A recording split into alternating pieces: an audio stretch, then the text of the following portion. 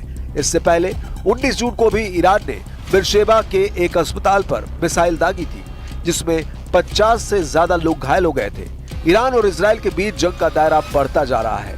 Israel के हमलों के बाद ईरान ने भी पलटवार किया है, जिसके बाद अमेरिका ने उस पर दबाव बनाना शुरू कर दिया है। हालांकि ईरान ने जंग में पीछे हटने से इनकार करते हुए इजराइल पर बैलिस्टिक मिसाइलों से कई हमले किए हैं, जिससे तेल अवीव और हाइफा जैसे शहरों को बड़ा नुकसान पहुंचा है।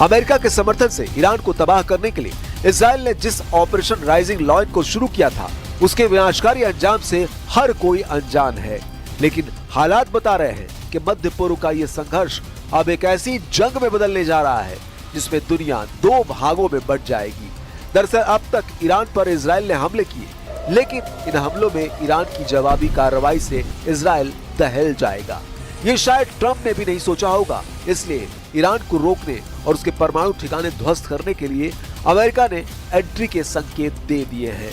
अमेरिकी सेना की एंट्री से पहले ही राष्ट्रपति डोनाल्ड ट्रंप की मुश्किल बढ़ गई है, क्योंकि रूस और चीन ने ईरान की खुलकर मदद करने का ऐलान कर दिया है।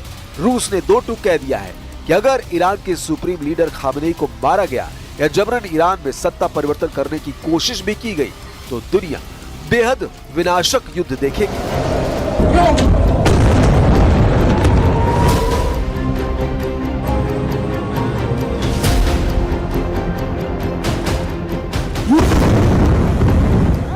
Ну, если мы вспомним с вами встречу, которую накануне провел президент Путин с руководителями международных информационных агентств, когда ему задали вопрос по этой теме, он сказал: «Я даже не хочу об этом говорить». И это говорит о том, что, конечно, это является совершенно неприемлемым. Сама постановка такого вопроса является для нас неприемлемым. Мы считаем, что это непозволительно вести такие разговоры и тем более непозволительно предпринимать такие действия. डरपोक निकले ट्रंप, फंस गए नेतन्याहू, रूस चीन का डबल प्लान एक्टिव। इजराइल के हमले से नहीं बल्कि इस युद्ध की दिशा ट्रंप के बयान के बाद बदली है।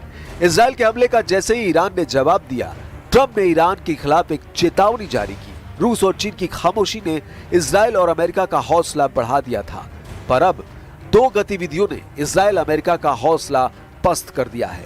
इनमें पहली गतिविधि है युद्ध के बीच चीन के कार्गो प्लेन का ईरान पहुंचना और दूसरी गतिविधि है ईरान के सहयोगी के रूप में रूस की हलचल। चीन के मालवाहक विमान तेहरान में उतरे हैं।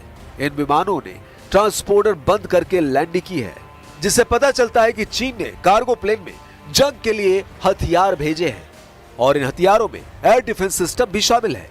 चीन खुलकर इजराइल यूएस के विरोध में उतर चुका है। इसका सीधा मतलब है कि ईरान और चीन के बीच गुप्त रूप से हथियारों का सौदा हुआ है और इस डील को इजराइल के हमलों को अवैध बताकर पूरा किया जा रहा है। चीन के विदेश मंत्री वांग यी के अनुसार ईरान पर इजराइल के हमले अंतर्राष्ट्रीय कानून और अंतर्राष्ट्रीय संबंधों को नियंत्रित करने वाले नियमों का उल्लंघन करते हैं। शांति स्थापित करने के लिए ओमान और अन्य देशों के साथ चीन संचार स्थापित करेगा। इसका मतलब है कि चीन खुलकर इजराइल और अमेरिका के विरोध में आ गया है और दूसरी तरफ रूस ने भी ईरान का साथ देने का संकेत दे दिया है। रूस ने अमेरिका के लिए चेतावनी भी जारी कर दी है, जिसमें कहा गया है कि ईरान पर अमेरिका हमला न करे। अगर यूएस ने हमला किया तो मध्य पूर्व अस्थिर हो जाएगा, जबकि इजराइल के हमले परमाणु विनाश का खतरा खड़ा कर रहे हैं। यानी स्थिति दिन ब दिन बिगड़ती जा रही है, जिसका प्रमाण अमेरिका की एक गतिविधि से भी मिलता है। अमेरिका के राष्ट्रपति का डूम्सडे प्लेन E-4B वॉशिंगटन के पास उतरा है, जिसका मतलब है कि अमेरिका इस युद्ध को बड़ा संकट मान रहा है, क्योंकि ये प्लेन राष्ट्रपति की सिर्फ सुरक्षा ही नहीं करता बल्कि परमाणु विस्फोट का सामना भी कर सकता है। तो क्या युद्ध में न्यूक्लियर तबाही की आशंका बढ़ गई है? जवाब ट्रंप के बयान से मिलता है। I have a meeting in the war room in a little while, situation room as some people call it. So we're going to meet. We're going to see. We're in the midst of it's a terrible thing. I hate to see it. I hate to see all that death, so much death and destruction. But death primarily is what I hate to see. अब ऐसे हालात में Israel Iran को कैसे हरा पाएगा, ये बहुत बड़ा सवाल है।